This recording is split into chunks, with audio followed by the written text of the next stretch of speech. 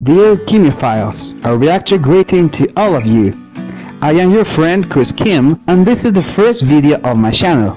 Well, actually it is the second video of this channel, but it is the first one in English.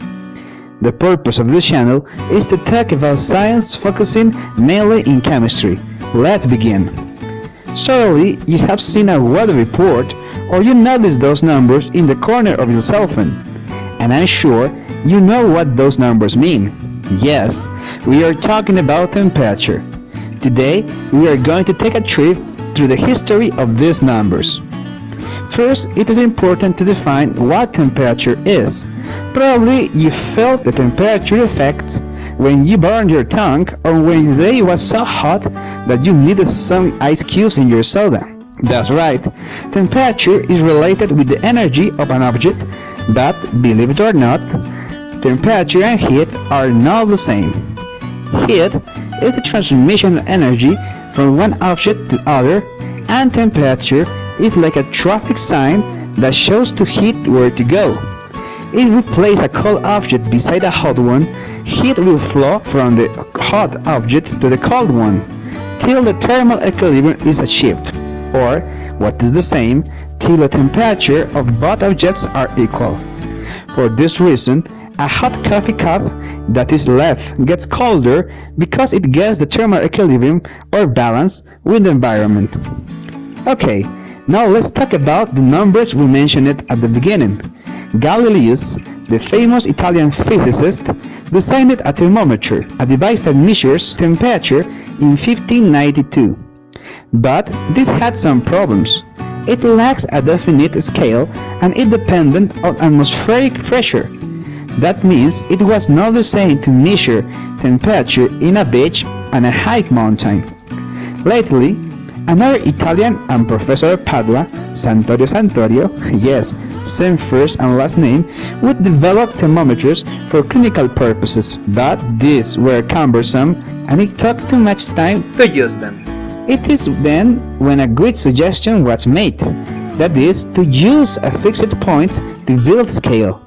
The freezing point of water was suggested by my namesake Christiaan Huygens and Robert Hooke.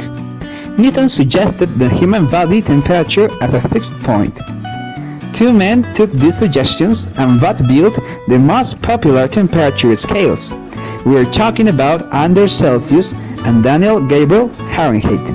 The first one was Fahrenheit, who in 1724 published in the Philosophical Transaction of London some articles in Latin explaining how he built his scale.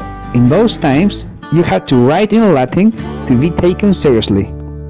In this scale, the freezing point of water is 32 degrees and boiling point is 212 degrees. Yeah, I know that these numbers seem to be very random, but before saying that Fahrenheit had a weird obsession with the number 32, or that 32 was his lucky number, let's see how he built this scale. Fahrenheit measured the temperature of a mixture of water, ice, and ammonia salts, and fixed the temperature as 0. After this, he measured the temperature of the human body and fixed it as 96 degrees. Actually, human temperature is slightly different. In this way, there are 8 dozen of degrees between both temperatures. Later, based on this scale, he measured the freezing and boiling point of water. There is also a crazy theory about how Fahrenheit built this scale. It is said that he measured the coldest temperature he could find, in this case the temperature of his native city in winter, that is the city of Danzig in Germany, now Gdańsk in Poland, and assigned this temperature as 0. And he measured his own temperature when he had fever and fixed it as 100 degrees. Personally, I think this way of build and scale is not the best. You may give your opinions in the comments. It seems that this scale was too complicated to Celsius, so in 1742 he proposed a simpler scale. He assigned fixed points to the freezing and boiling temperature of water, 100 degrees for freezing point and 0 degrees for boiling point. I'm not wrong. This scale was reversed later. This is just a small part of the history of temperature scale.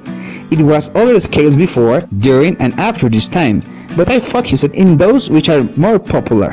But now, new questions arise. Are there limits for temperature? Is there an absolute zero? These questions would be answered by other scientists, but I think it deserves another video. That is all for today. If you enjoyed this video, like it, share it, and subscribe. I am Chris Kim. Till the next time.